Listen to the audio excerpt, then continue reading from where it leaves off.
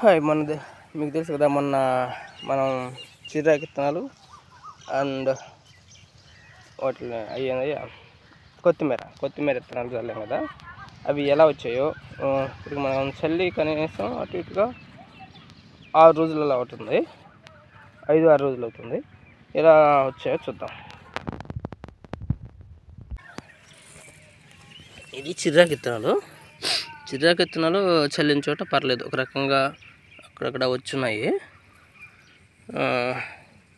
రకంగా కనిపిస్తూ ఉన్నాయి మనకి.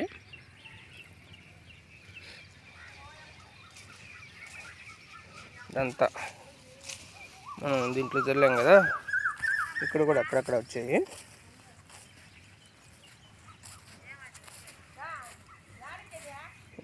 గుట్లగా కనిపించేది అంతా చిరాకు విత్తనాలే.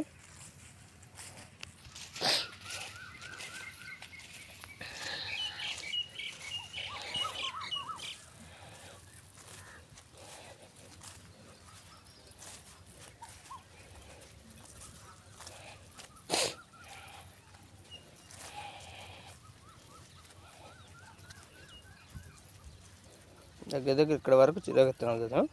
ఇక్కడ నుంచి మనం కొత్తిమీర విత్తనాలు చల్లాము. ఎర్రగా కనిపిస్తున్నాయి కదా, ఇవే.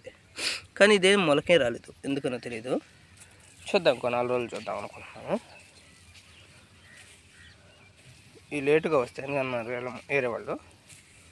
ఎంత లేటుగా వస్తుందో మనకు తెలియదు, ఫస్ట్ టైం కదా. కాకపోతే ఇక్కడ ఇంతవరకు అయితే రాలా.